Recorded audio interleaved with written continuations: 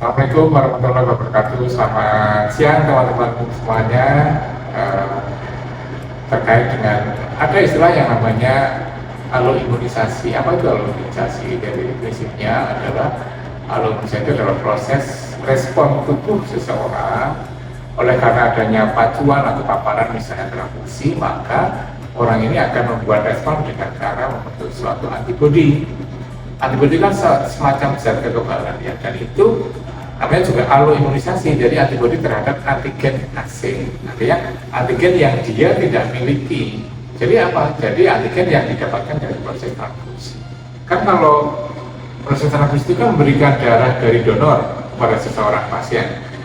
Dari donor pasien pasti tidak akan sama, sehingga pasti akan ada pemberian atau paparan antigen asing atau zat asing. Oleh karena itu kalau pasien ini kemudian membentuk suatu antibodi, maka itu namanya kita sebutkan sebagai sebuah proses aloimunisasi. Pertanyaannya kan, apakah semua orang yang ditransfusi akan mengalami aloimunisasi? Jawabannya tidak selalu. Tidak semua orang akan mengalami atau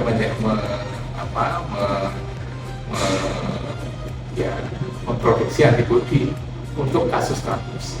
Jadi berapa persen ya, tidak banyak juga persen, teman, kita harus hati-hati supaya seseorang itu tidak kemudian membentuk antibodi yang kita sebut sebagai aloimunisasi tadi. Kenapa demikian berbeda? Iya, faktornya banyak sih memang yang berbeda itu. Ya, secara genetik kan beda, masing-masing orang tidak sama.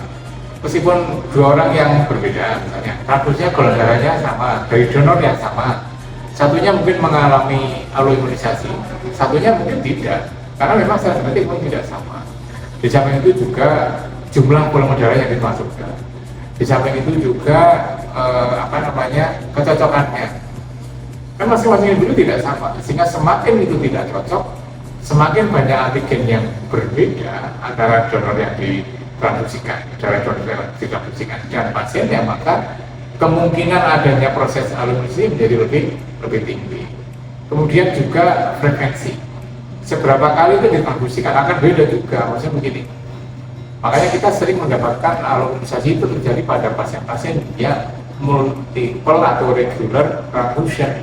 Maksudnya transfusinya reguler, mungkin sebulan sekali. Kan ada beberapa pasien yang memang harus butuh transfusi secara reguler, 3 bulan sekali. Nah, dengan demikian karena transfusinya rutin tiap bulan, maka ya risiko atau kemungkinan membentuk atau terjadi proses aloimunisasi akan semakin tinggi juga. Oleh karena itu proses ini proses yang sebuah risiko, tetapi akan bisa dihindari, bisa juga dengan cara apa? Dengan matching namanya. Matching ya satu yang paling mudah yang kita lakukan sehari-hari ya membuat prioritas transfusi itu dengan darah donor yang golongan darahnya sama. Untuk yang mana? Untuk yang ABO maupun untuk yang rhesus DNA. Apakah masih ada golongan darah yang lain yang harus dipertimbangkan? Harusnya ada, karena ada banyak golongan darah saja ada 43 macam, belum antigennya 300 sekian, 360-an macam. Jadi sangat besar kemungkinannya bahwa memang seseorang itu kemudian mengalami aloimunisasi. Nah, pertanyaan lanjutannya kan, kalau udah aloimunisasi terus ngapain? Ya, kalau udah aloimunisasi itu biasanya pasien risiko nanti pada transfusi yang berikutnya, seandainya pasien ini akan butuh transfusi lagi. Maksudnya adalah mungkin nanti akan ada reaksi transfusi yang terjadi, mungkin transfusinya tidak atau kurang berhasil juga bisa. Itu yang secara mudah merupakan risiko atau akibat dari proses aloimunisasi. Sehingga sebenarnya memang proses transfusi yang kita lakukan itu salah satunya adalah harus mempertimbangkan betul bahwa risiko risiko aloimunisasi itu adalah risiko yang paling kecil, meskipun kita bekerja tidak mungkin dengan risiko yang nol, nggak mungkin, tetapi bahwa itu menjadi paling kecil, itu yang menjadi tujuan kita. Itu saja mungkin teman-teman ya, sekilas saja, nanti kita sambung lagi. Terima kasih. Assalamualaikum warahmatullahi wabarakatuh.